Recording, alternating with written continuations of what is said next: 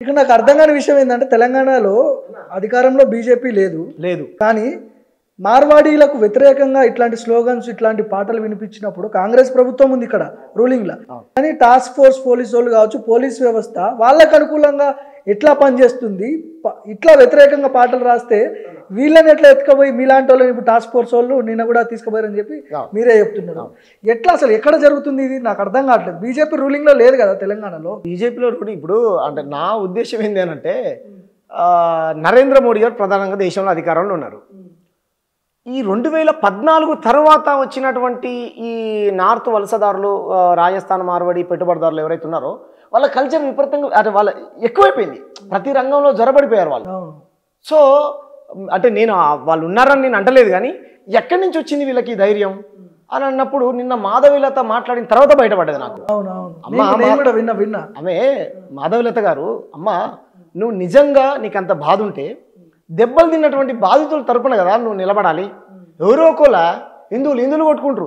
ముస్లింలు హిందువులు కొట్టుకుంటారు వాళ్ళు వీళ్ళు కొట్టుకుంటారు వీళ్ళు వాళ్ళు కొట్టుకుంటారు సరే అమ్మ నీ దృష్టికి అదొక్కటే అదే చిన్న విషయం ఆ భూతత్వంలో పెట్టి పెద్దగా చేస్తున్నాడు ఆయన తెలంగాణ శామంట అని మాట్లాడుతుంది ఆయన సంస్కారం లేకుండా సెక్యులర్ దేశం అంటుంది కదా సెక్యులర్ దేశం అందరూ ఉండొచ్చు బతకొచ్చు వ్యాపారాలు చేసుకోవచ్చు అని చెప్పి వీళ్ళు ఒప్పుకుంటారా బీజేపీ ఆర్ఎస్ఎస్ ఐడియాలజీ ఉన్నటువంటి వ్యక్తులు సెక్యులర్ దేశం అనగా ఎప్పుడన్నా విన్నావా వీళ్ళు ఒప్పుకుంటారా ఆమె ఏం చెప్తుంది వాళ్ళ పైగా నరేంద్ర మోడీ గారంట హిందువులు ముస్లింలు కలిసి ఉండమని చెప్పిండంట మరి హిందువులు ముస్లింలు కలిసి ఉండమని చెప్తే పొద్దున్న లేస్తే నువ్వెందుకు మత పంచాయతీ పెడుతున్నావమ్మా నాకు అర్థం కాదు ఒక్కసారి ఆ క్లిప్ నేను సేవ్ చేసుకొని పెట్టుకున్నా సరే సరే తెలంగాణ శామంట ఏమంటున్నాడు నీ దగ్గర ఒక ఎకరం ఉంటే ఇయ్యంటున్నాడు నా దగ్గర ఎకరం ఉంటే ఇచ్చే ముందు నువ్వు ఇక్కడికి వచ్చి అమ్మవారి గుడి దగ్గర దెబ్బలు తినిపోను ఫస్ట్ తెలంగాణ ప్రజలు బతుకమ్మ చేసుకున్న ఆడవాళ్ళని భయంకర నాశనం చేస్తే అటువంటి రజాకారికి చేతులు కలిపిన కాంగ్రెస్ తొత్తులు ఉన్నారు ఇక్కడ వాళ్ళ గురించి మాట్లాడే ధైర్యం ఇది కమ్యూనిస్ట్ లెఫ్టిస్ట్ గారికి కలిసి వేసిన భారతదేశాన్ని విడగొట్టే ప్రయత్నం చేస్తారా దేశం నుంచి తరిమి కొడతాం ధైర్యం ఉంటే రోహింగ్యా గురించి మాట్లాడండి తెలుసా ర్యాపిడో గిపిడో పేరు మీద రోహింగ్యాస్ ఎంతమంది ఆడకుంటున్న నాశనం చేస్తున్నారో తెలుసా మీకు అది మాట్లాడే ధైర్యం దొమ్ము లేదు కానీ మీకు ఈ రోజు పురాణ బస్తీలో హిందువులు కూడా ధైర్యంగా ఉన్నారంటే వీళ్ళతో పార్టీ కలిసి పోరాడుతున్న మార్వాడీల వల్ల కూడా స్లిప్ అయింది ఆమె తెలుసారా ఇంకోటి కమ్యూనిస్టులు ఇప్పుడు ఆమె రాజకీయాల నాకు సంబంధం లేదు నేను ధర్మం కోసం పోరాటం చేస్తున్నాడు అటువంటి ఆమె కాంగ్రెస్ పార్టీని ఎందుకు టార్గెట్ చేయాలి కమ్యూనిస్టులు ఎందుకు టార్గెట్ చేయాలని నాకు అర్థం కాదు అంటే అక్కడనే నేను రాజకీయ ప్రయోజనం అర్థమవుతుంది కదా నువ్వేం చేసావు పెద్దమ్మ గుడికి సంబంధించి బంజారాహిల్స్ రోడ్ నెంబర్ 12 ఇక్కడే బస్తీ మీరు కూడా వెళ్ళారు ఆ గుడి గురించి మాట్లాడుతున్నావు సంతోషం మాట్లాడాల్సిందే ఆ బస్తీ వాసులందరూ కోరుకుంటారు ఎప్పటి నుంచి అక్కడ పూజలు జరుగుతూ ఉన్నాయంట 80 ఏళ్ళ నుంచి ఆ గ్రామ అదే ఆ బస్తీ వాసులందరూ ఆ తల్లిని పెట్టుకున్నారు పెద్దమ్మ తల్లిని సంతోషం మేము కాదంటలే మేము కూడా సపోర్ట్ చేస్తాం ఇదే కోపం సమ్మక్క సారక్కలను అవమానించినటువంటి చిన్నజీఆర్ మీద ఎందుకు రాలే నీకు ఏం మాట్లాడుతున్నావు మాధవీలత రోహింగ్యాలు చాలా మంది వచ్చి తెలంగాణలో రోహింగ్యాలు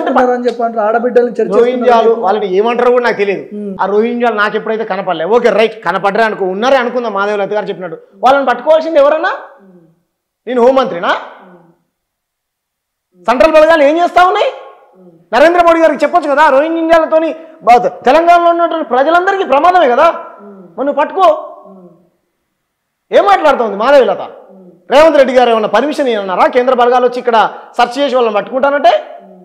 వాళ్ళకు ఉన్నాయంట ఎవరికి వాళ్ళు ఇక్కడే ఓటేశారు ఆధార్ కార్డులు ఉన్నాయి రేషన్ కార్డులు ఉన్నాయని చెప్తా ఉంది వాళ్ళకు మరి దెబ్బలు తిన్నటువంటి దళితులకు లేవా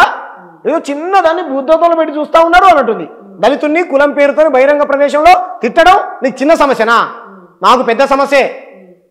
ఇప్పుడు మార్వాడీలోని తెలంగాణ నుంచి వెళ్ళిపోండి అనే రైట్స్ లేవు అని చెప్పి ఆమె చెప్తున్నారు చెప్తుంది సెక్యులర్ దేశం ఇక్కడ అందరు బతారు తెలంగాణ శ్యామ్ ఎవరు ఇక్కడ నుంచి మేమే మద్దతుగా వాళ్ళకి మద్దతు ఆమె ఎవరన్నా ఫస్ట్ ఆఫ్ ఆల్